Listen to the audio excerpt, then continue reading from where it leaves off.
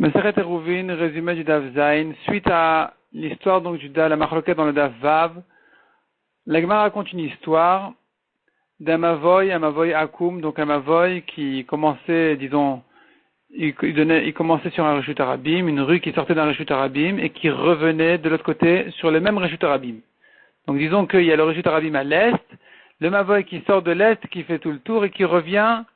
Le Mavoy donc qui sort de l'est, il va vers l'ouest, il s'éloigne, et après il reprend sur le côté, il tourne et il revient sur l'est. Donc il est ouvert des deux côtés sur l'est, en forme de lettre Chet ou lettre Kaf par exemple, et donc il est ouvert deux fois sur le même Reshut Arabim, et la question est à savoir, est-ce qu'on a le droit de porter dans ce Mavoy, oui ou non?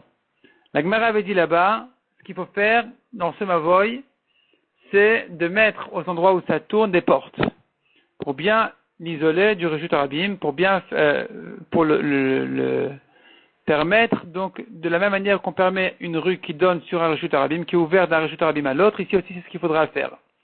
La Gemara dit qu'en réalité c'est une chouma comme Rav d'une part et comme Shmuel de l'autre. C'est une chouma d'une part comme Rav qui considère que le fait que ça tourne, c'est pas pour autant que ça ne s'appelle pas ouvert d'un Reshut Arabim à l'autre, contre Shmuel qui dit que ça s'appelle oui que c'est fermé. Selon Rav, non, ça s'appelle ouvert d'un Reshut Arabim à l'autre. Et donc, qu'est-ce qu'on fait dans ce cas-là? Eh bien, selon ce même Rav-là, on aurait pu prendre une coula de se suffire d'une Tourat à Pétar. Et pourtant, on a pris ici la Khumra comme Shmuel, de mettre des portes. Donc voilà ici que d'une part, on pense comme la Khumra de Rav, et d'autre part, on pense comme la Khumra de Shmuel. Selon Rav, qui considère que c'est ouvert, ça s'appelle que c'est ouvert d'un Reshut Arabim à l'autre, on ne devrait pas mettre des portes. On devrait se suffire de Tourat à Pétar, parce que Rav tient qu'à la qu'il suffit d'une Tourat à Pétar. D'autre part, donc on va comme Shmuel, qui dit qu'il faut mettre des portes. Mais ce même Shmuel, il considère que ça s'appelle fermé, ça s'appelle que l'endroit il est bouché. Il est fermé.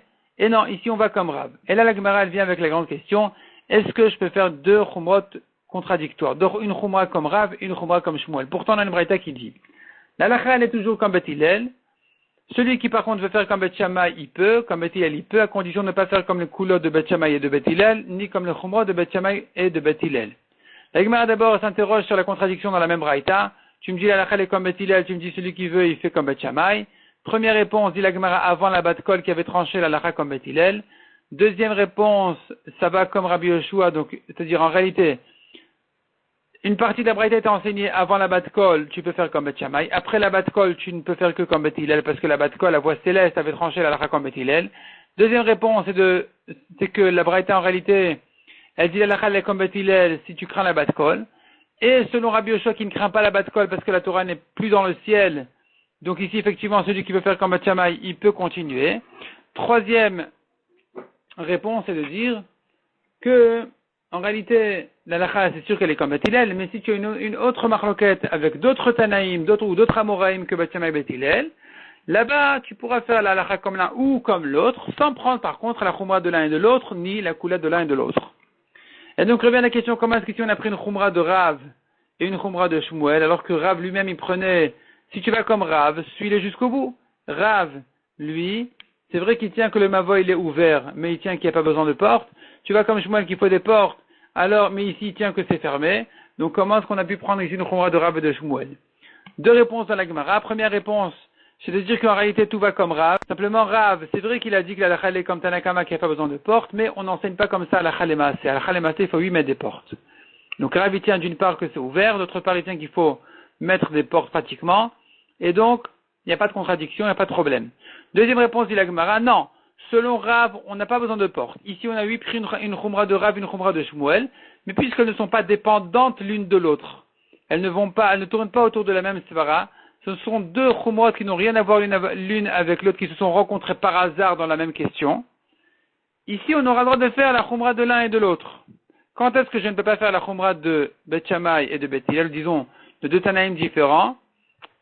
C'est dans le cas où les khumrot sont contradictoires. C'est-à-dire qu'elles tournent autour d'une svara. Si tu crains cette svara, tu devrais dire une khumra, une kula.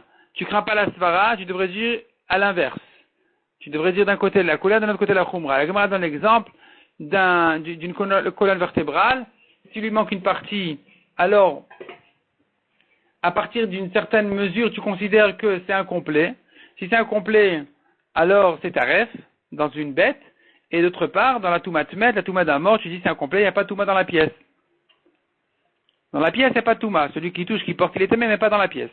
Donc voilà de Khumrot. Ici, tu ne peux pas considérer que c'est complet en ce qui concerne ça et incomplet en ce qui concerne l'autre question. Tu ne vas pas dire en ce qui concerne la tréfa, c'est incomplet, en ce qui concerne la Touma Tmet, c'est complet.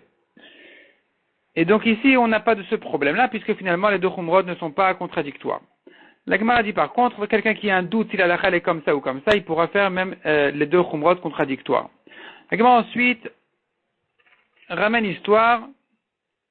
Donc avant l'histoire, déjà la Gemara dit que tout un marloquet n'est que dans le cas où le mavoy, il donne des deux côtés sur un reshut arabim, mais si d'un côté tu as un carmélite, tu as des champs par exemple, alors il suffira d'une tourat à pétard.